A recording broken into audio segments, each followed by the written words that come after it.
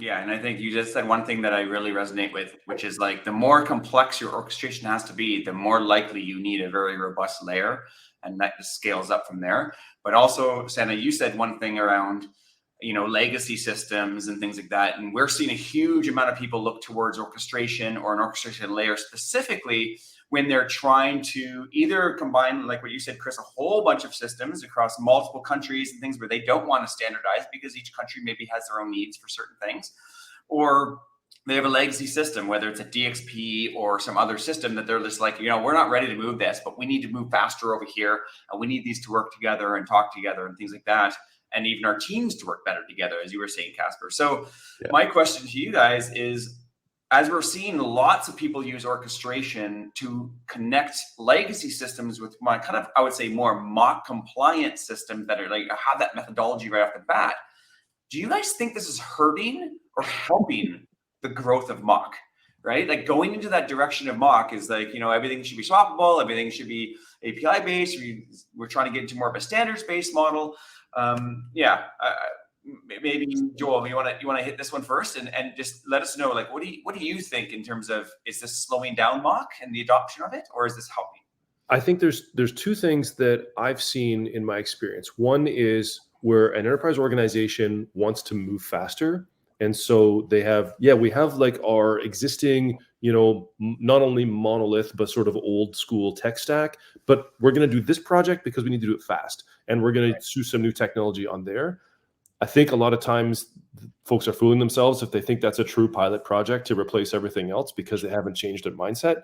But those pilot projects, in my experience, always work awesome. And folks are like, well, why can we do this so fast? But if I want to make one change over here, like you were saying, Chris, it's like, I need a 60-day release cycle. Like, that's crap. And so nobody wants that, right? And so that's when we get into more of the headless conversation and how can we move this throughout the enterprise. It's really hard for folks to understand that not all of this is the CMS because they're used to it all being in a DXP. And so, well, that's the CMS. It's like, no, that's not. You actually want to bring in all these other things. So that's that part of the conversation.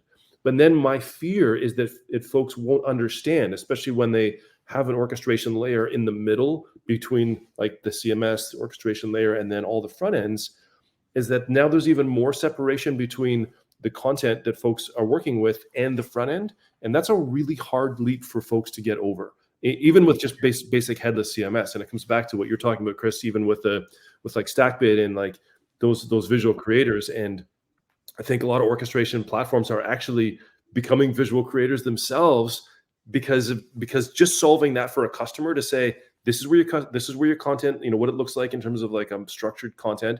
And now you can know exactly where it goes in the front end. That is one of the hardest problems to solve, that orchestration seems to even make a little worse. And so like, does it make it, yes, John, it does make it harder for folks to adopt MACH because it's like just this one more complication. And honestly, it makes me wonder, well, maybe there should be a tighter integration between the CMS and an orchestration layer, or like where should all that live? And so I think we need to revisit the visualization of that a little more. Right. Nice. What about you, Chris? What's your thought on that one? Do you think it's slowing down and hurting the adoption? No, I think it's necessary, right? I think that when I see pushback against MACH installations and composable architecture, again, it's not, when I isolate it, it's not because that component, that headless CMS or the commerce solution was solved on the fund's premises. It's because of how it coexists with all the other stack, and maybe the right stakeholders weren't included in this, right? And it's stuck in an infrastructure and a way of doing operations and orchestrations that was built around a very different use case, right? Yeah. And so that's often where it halts, right? Almost always, that's when the pushback, I can isolate it from that. So I do think that this orchestration is absolutely necessary. And I also think that, again, we saw the orchestration when there was 2 companies, and now there's 3,500 companies in the space, right? And it's just growing. And it came because of viable workflows, right? So I don't think it's hurting as such, right? I do think there's complexity. But again, like the example of our client that I just mentioned with 600 brands in 200 countries, right? I mean, like there was complexity before. They were just not even part of the same equation. They were completely siloed out. They're just paying to reinvent the wheel. everywhere, right? Country managers just putting in spreadsheets because it's so randomized what they're doing. There's no sort of joint red thread throughout their projects, right? They basically might have a bit of joint Google Analytics here and there, but that was it, right? Yeah. And so I think this is actually something that's joining those things. But yes, there's a complexity here. I think the right orchestration will only help though at scale to minimize that and make it easier, right? We always say that especially in a front end, that's extremely iterative, right? So if you look at an ERP at the other end, like that's so much, such a heavy thing, right? It's every 10 years or something like that, right? Yeah. A front end is not a boil, there's a new framework every week, right? So our job at Netlify has always been, for example, say, hey, we need to make sure that we work with anything, right? We need to make it easy for companies to I don't know. I love it. To use any component, right? And to discontinue it as well, right? Like to really deliver on that promise of interchangeability and faster time to market, you know? And there we go. Arts. There we go. And so I think like I don't think necessarily that it's hurting, but I do think that the integration between these things are extremely important, right? Yeah. And we also said, is it watering out sort of the MACH promise, like saying, hey, this is not pure MACH? No, I don't think so. Actually, I think it makes MACH more viable, right? That it can coexist in something that doesn't have to be like 100% pure, right? You don't have to start from scratch to get into MACH, right? You can continue and which is actually part of the promise. Like, I mean, absolutely use things. Yeah, like, I absolutely think I think it's a necessity too. And I think what we're forgetting is that within an enterprise, many architectures exist. These are by channel, by market, by whatever dimension that organization represent.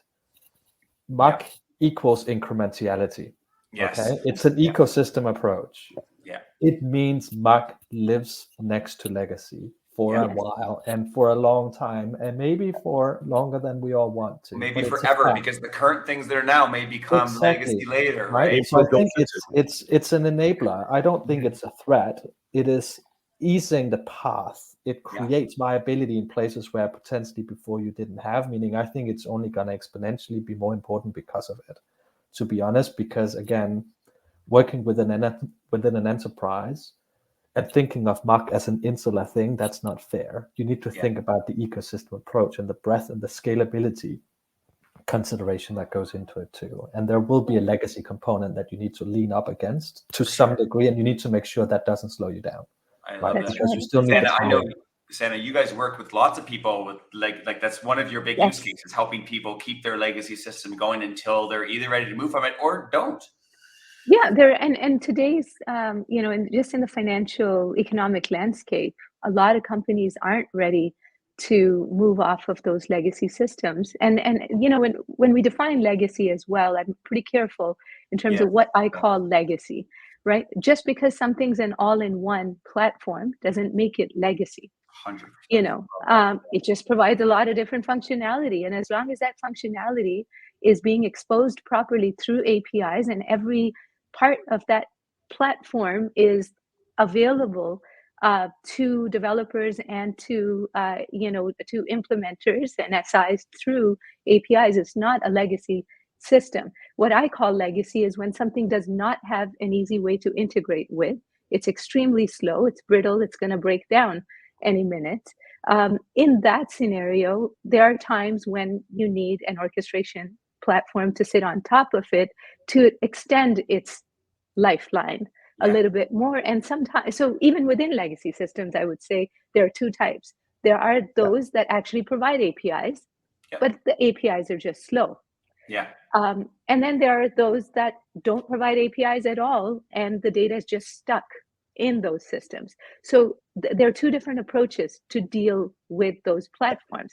Just because something doesn't or provides an API, but it's slow, doesn't actually make it okay to pull the data out of that system and put it into another system either. I actually don't believe personally that that's the right way. And the reason is that there is logic that is built into those legacy systems that are not just data. There's business logic that needs to be accessed in real time as well. I'll give you an example of a customer recently that signed up with us that has an Oracle database with 2,000 different stored procedures that needs to be accessed, and that those stored procedures have tons and tons of Tons of logic business sitting logic, in yeah, it. right. You can't take those 2,000 stored procedures out and re-implement that in a serverless function in 6 months Yeah. to recreate that logic somewhere else. So in that case, you can't take the data out either, because the data needs to stay in there, the logic is in there. We just need to get access to it fast, and we need to be able to cache the queries that go to it, to that system.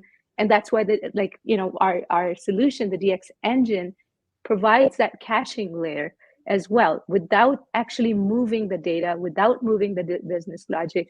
You're sitting on top of it and accessing the business logic in real time. Now, their plan, though, is to take, one bit at a time, that logic that they used to have in that Oracle database, pull that out and put that into Concia in our rules engine, because it's just a bunch of rules that are sitting in there. But they don't want to do it. They can't do it. Let's just say they can't do it in a short period of time. So you need to provide them that transition plan. And as Casper was saying, we have to be open to the idea of living beside existing systems. I'm not going to call them all legacy, because they're not all legacy. They just may not be MACH-compliant. But as long as there's a way to work with them and make the business happy at the end of the day, the customer happy, that's really what we should be all focusing on. And I think that is the value of MACH.